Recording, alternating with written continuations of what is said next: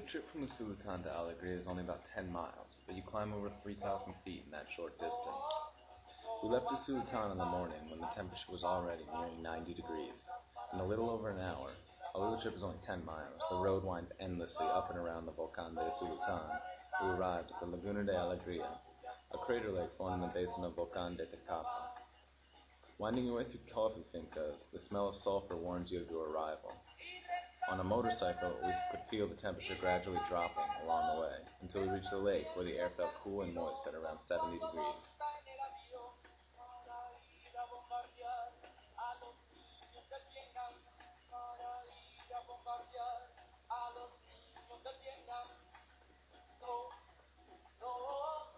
The lake, less than 300 yards across, looked shallow.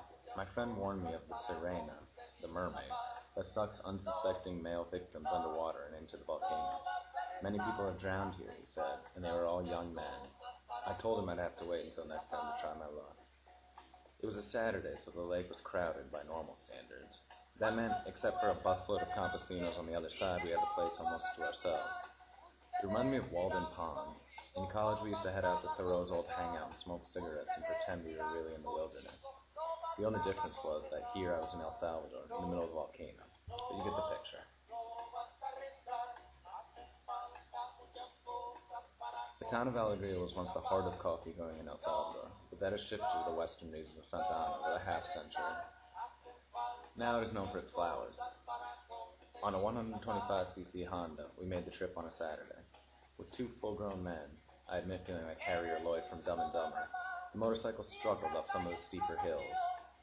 On one famously steep hill, I had to hop off and walk to the top, where the bike barely made it up without my added weight. The lookout from the famous, at least according to the tourist map I had, 100 steps stretched all the way from the San Vicente volcano in the west into the mountains of Morazan in the east. Driving back, we coasted most of the way. The descent is quick, and although it sounds cliche, the heat feels like a cannon blast. You feel it raising from the pavement and beating down from above. With a black helmet on, I was instinctively lowering my head as if I could escape it, but to no avail. We entered the Sultan at around 1, and the sun was high in the sky, the streets mostly empty. Stay tuned for part 2 in the Sultan.